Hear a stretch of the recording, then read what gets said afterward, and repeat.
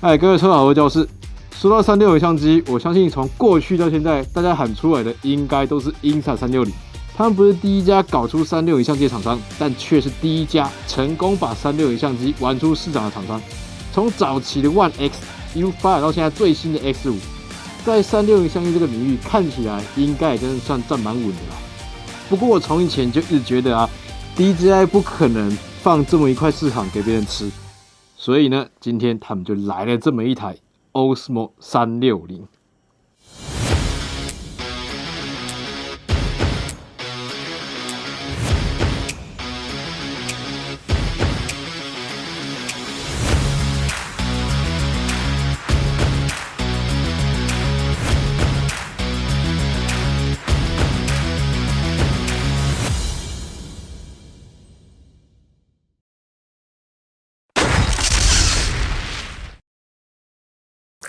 由于我并没有收到测试的邀请，因此上市当天我就马上跟极限专卖的医生，就是他，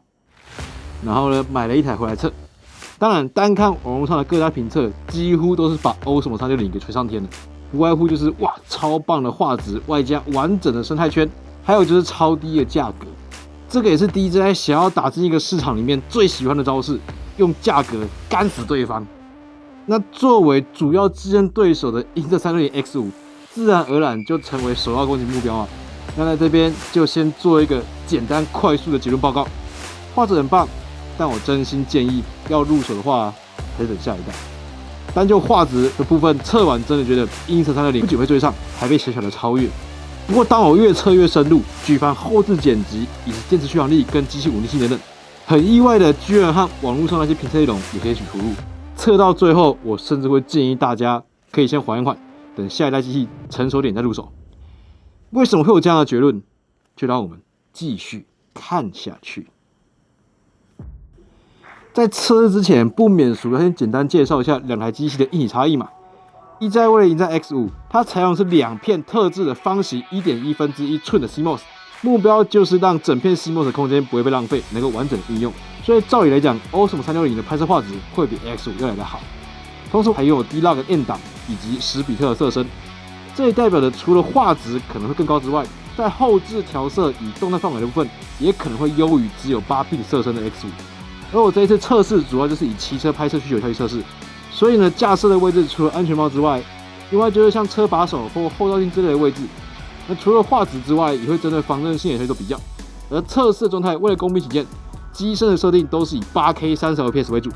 细节设定。就是2台机器都开启 AI 助手以及残影改善。X5 另外开启影像增强模式 ，Osmo 360则是标准色彩10比特模式，曝光模式皆为自动。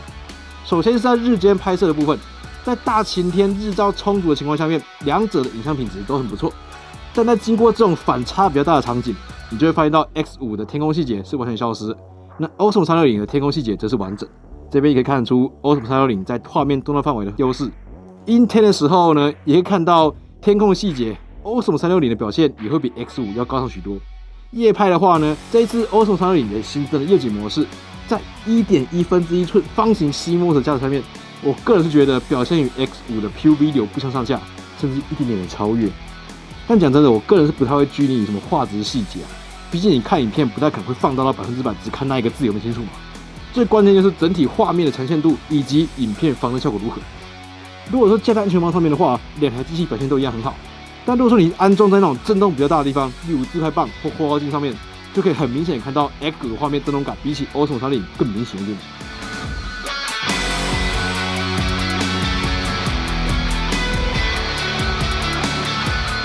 夜拍的话更是明显。我原本以为说 X5 是有开启影像增强才会造成这样的问题，不过后来我把影像改善的讯号关闭之后呢，再测了一次，还是一样会有抖动感明显的问题。所以很明显，在拍摄表现上面啊 ，X5 很遗憾的，它被 Osmo 360给降了一军了。而这样的测试结果基本上也跟网络上其他 YouTube 的测试结果是一样的。但是，在我密集的测试之下，我发现到很多其他 YouTube 所没有讲的东西，这个才是真正的关键。首先，续航力跟稳定性测试的部分，为什么续航力测试还会扯到稳定性？因为我从来没有想到测个续航力还可以同步测出一些奇怪的问题，所以才会连同稳定性一起测试。续航力部分，在 DJI 自己的广告以及各大 YouTuber 的测试，都是 Osmo 360在 8K 30fps 的画质下面会比 X5要多上大概10分钟的时间。不过呢，他们全部人的测试都是静态测试。我们都知道，动态拍摄跟静态拍摄的时候呢，机器所需要运作的功率是完全不同的。而且在我拍摄测试片段的时候，就有发现到，就算两台机器同样是以100%电量出去拍摄，拍了同样的片段，但回来之后呢 ，Osmo 360的电量都会比 X5少上大概10%左右。这就让我开始怀疑说，拍摄动态的时候呢，Osmo 360是会比 X5还来的耗电，所以我决定进行测试。由于两台机器官方续航力都超过90分钟，所以我势必就是安排一段可以连续骑超过90分钟不停车的路线，所以呢，就决定去一趟日月潭。画质都是设定 8K 30fps， 开启 AI 助手。X5 开启影像增强，那 Osmo 360则是开启史比特车身。骑乘的车种呢是 V2 引擎配置的 Ducati Supersport S939。把两台机器架在它的后镜的位置，然后从电量越发开始拍摄，看一下实际可以拍多久。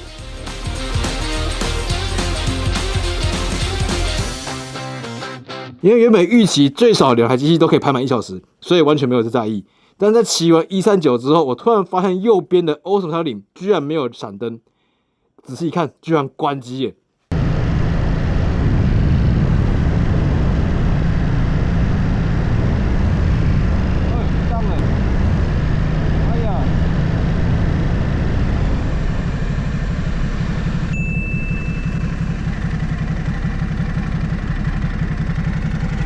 是宕机还是没电了？是吧？没电！哇靠！怎么可能？太快了吧！这开关居然说显示电量耗尽，可是怎么可能？才刚开始半小时左右就电量耗尽，太夸张了吧？不过为了公平起见，我还是把 X5 剩下的电量给骑完。最终 X5 在录到96分钟左右的时间停止拍摄。哦，没电了，没电了。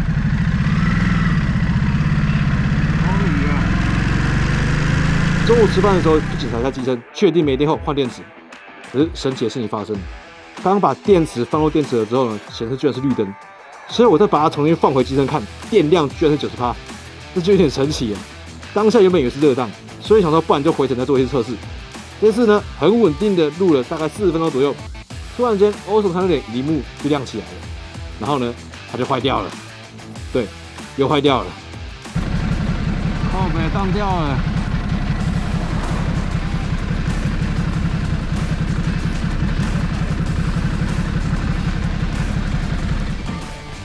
萤幕又显示暂停的录影，同时机身的触控跟按键通通失效，只能够把电池拔出来才可以恢复操作。不过平均不到3分钟就会再次宕机，最后连续宕了5次之后呢，我终于放弃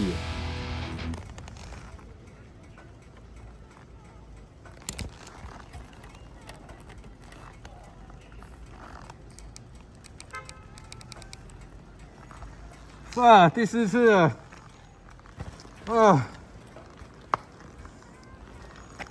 根本不用测嘛。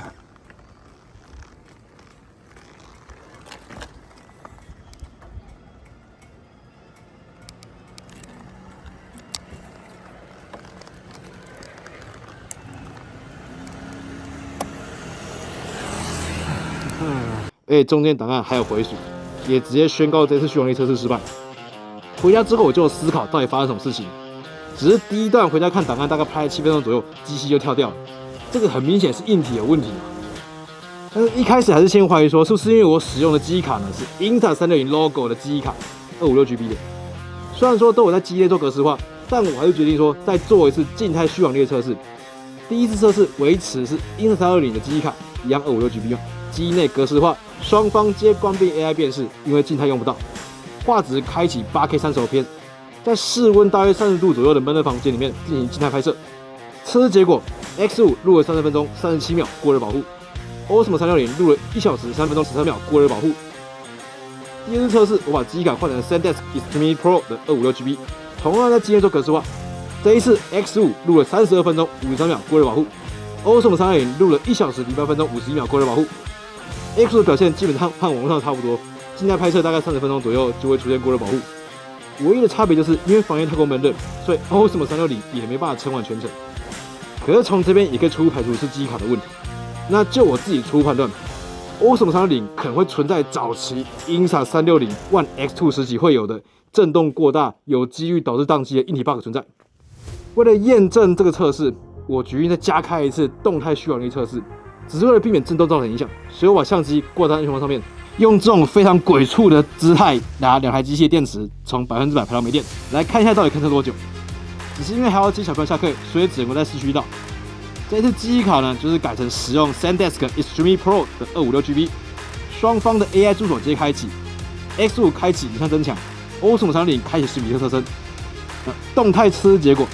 ，Osmo 360的总续航力为1小时16分钟31秒 ，X5 的续航力为1小时28分钟08秒。那这个测试呢，直接逆转了网络上的一些静态测试成绩。而且必须一提的就是，因为这2台机器挂在安全帽下巴真的太重了，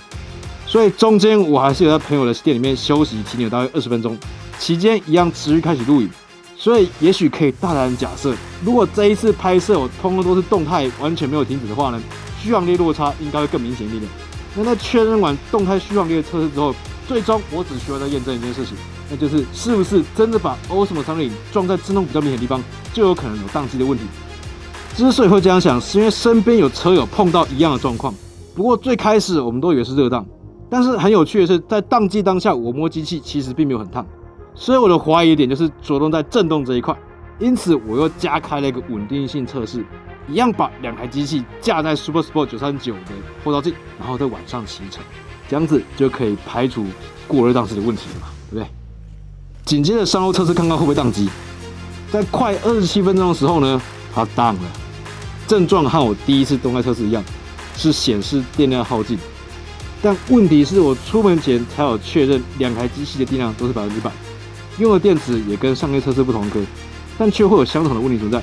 所以也可以大致确认 Osmo 360在震动比较大的环境底下连续拍摄，就会有几率发生故障的现象。不过我在测试的时候，其实也有注意到，就是我的 Super Sport 它右边的后照镜真的有比较正一点，所以呢，我就决定在我上台北的时候顺便做一个简单的测试。第一趟我一样把 Osmo 360给装在比较正的右边，然后看一下可以撑多久。结果第一趟它只撑了3分13秒就宕机了，这个是出乎意料之外的快。然后第二趟在新竹的时候，我就把 Osmo 360给换到了比较不正的左边，然后把 X5 换到了比较正的右边。那这样换边之后呢 ，Osmo 360在比较没那么正的左边就真的撑了比较久，总共撑了52分钟08秒才宕机。不过在宕了之后呢，我有注意看，它其实萤幕还是开1小段时间之后就没电了，所以也差不多等于是把整颗电池给拍完。因此，我大概可以推断出 Osmo 360在震动比较剧烈且频繁的地方，使用上就有可能发生这种宕机状况。那测试完续航力跟稳定性，另外一个很重要的测试则是360档案处理的部分。360影片的后置其实非常繁琐的，除非你是单纯做商业拍摄或是 Vlog 拍摄。否则，大多数人使用360相机，多半就是只是想要留下回忆记录，但却又不会想花太多时间剪片。所以我就做一个简单的测试，在双方同样开启 AI 辅助场景辨识功能车上面，使用双方的 APP 各做一段套用模板的自动剪辑影片。我们现在看一下 Insta360 APP 做出来的。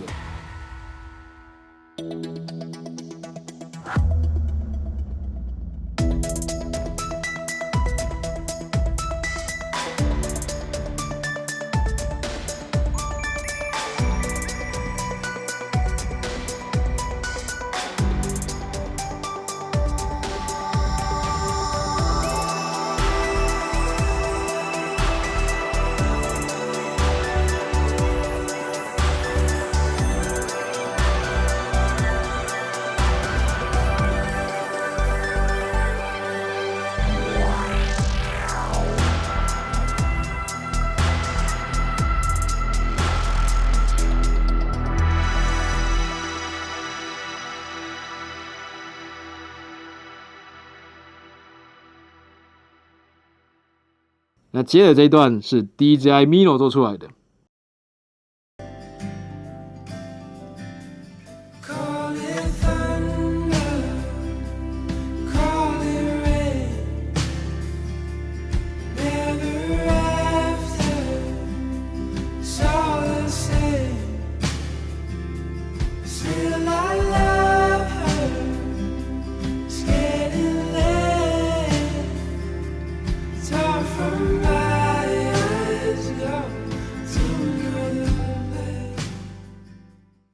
虽然说英特320我选的这个模板运镜看起来有点太晕，不过还是可以感觉出来，在自动剪辑这一块，英特320给的东西还是稍微多一点。而在 AI 场景辨识这一块啊，英特320的 APP 它会比较详细的去主动侦测一些物件，而 DJI Mino 它就是单纯的给一些镜头切换。两个品牌在电脑端的应用程式分别为英特360 Studio 以及 DJI Studio， 不过两者逻辑不太一样。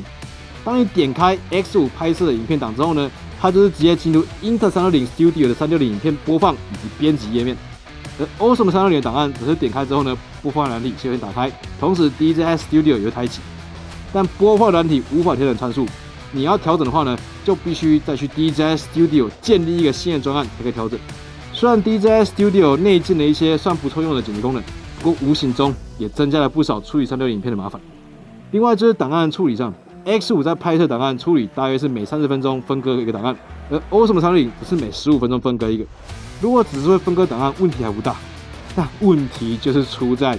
英特360，你点开它的档案之后呢，会自动把同一批拍摄档案给完整的以一个影片呈现，而 Osmo 360就是必须一段一段手动拼接，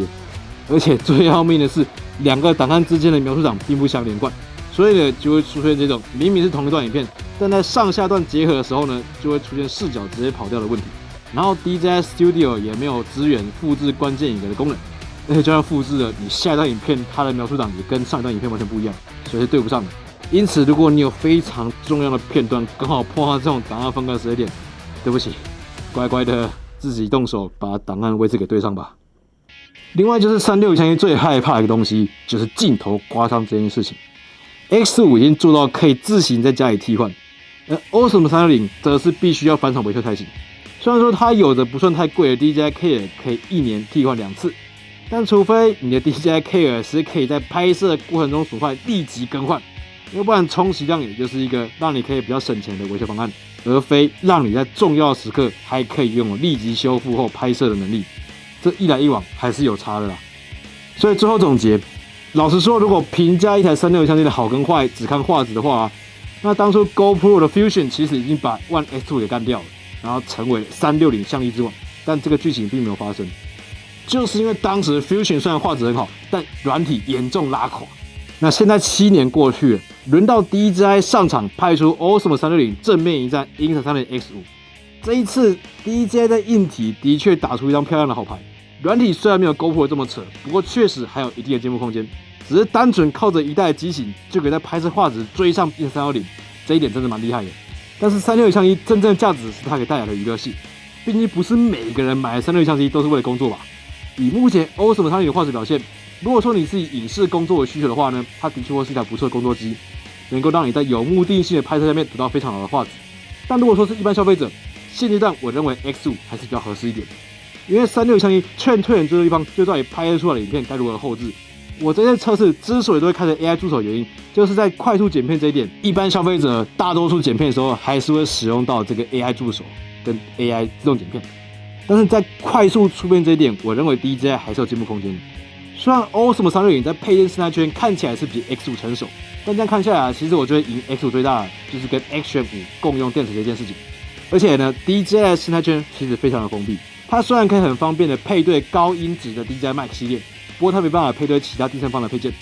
而英特360则是支援了其他收音器材的连线，音质虽然不会比 DJI Mic 系列还要好，不过却是方便性最高的一个选项，像蓝牙耳机、其实蓝牙耳机的配对。此外 ，X5 还有推出像取景遥控器之类的配件，这个也是 Osmo 360尚未跟上的部分。再来就是稳定性，这一次测试其实真是完全出乎我意料之外，因为打从初代 Osmo Action 我就买了。除了 Action 2时期会有那种配件接点松脱的问题在，但是稳定性一直是我觉得 DJI 最可靠的地方。而 Osmo 360这种高频震动就有可能当机的状况，就会让我回想起早期 One X2 的状况。只能说 DJI 可能真要稍微注意一下硬挺稳定性的部分。后面会不会改善我不确定，主要就是看回报我这个状况的人多不多吧。如果你真的要我去推荐你说哪一台机器适合购买的话，如果你单纯就是个影片创造者或工作者的话，买360相机就是为了工作，手边已经有了 Action 5或其他的系列之外，那 Osmo 360就会是一个不错的选项。毕竟工作者用不到自动景这种东西，输出的时候也是以画质为优先考量。但要注意的一点就是 ，Osmo 360的镜头并没有自行更换，所以如果工作拍摄的过程中意外伤到镜头的话呢，没戏。那现阶段来讲，除非你已经拥有整套DJI 产品的人，否则 X5我认为还是一个比较亲切而且实际的选项，价格它会打折啦，相信。那这是我的建议啊，虽然 Osmo 360眼价格真的很便宜，不过我相信 Insta360应该也是会去价格上面做一些折扣啦。反正如果你想买，我会建议你等下一代吧。